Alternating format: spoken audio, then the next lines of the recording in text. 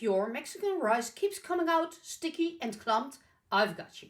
This is restaurant style Mexican red rice, fluffy tomato and full of flavor. And it's ready in just 30 minutes.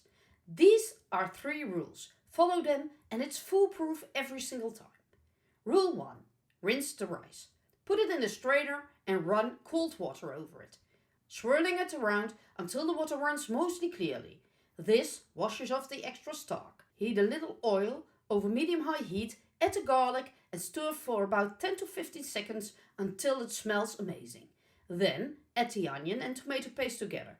Cook that for about 2 to 3 minutes. You're waiting for the onion to soften and for the tomato paste to smell sweet instead of sharp. That tells you it's ready. Now the rice goes in.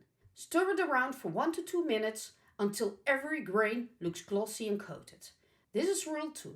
Toast the rice. It builds flavor and keeps the grain separate. Pour in the stock. Give it 1 stir to combine. Lay a sprig of parsley or cilantro on top for aroma and put the lid on. Bring it to a simmer over medium-high heat. Once you see steady bubbling around the edges, turn the heat down to low, barely simmering. Rule 3. Leave it alone. No stirring, no peeking, no lifting the lid. Cook for 50 minutes. Take the pot off the heat and leave the lid on for 10 more minutes. Remove the herb sprig. Grab a fork, not a spoon or fork, and fluff gently.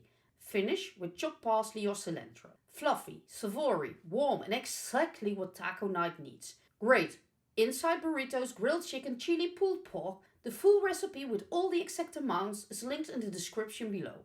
If this helped, give it a thumbs up. It really makes a difference. And subscribe if you want more weeknight recipes like this one. See you next time.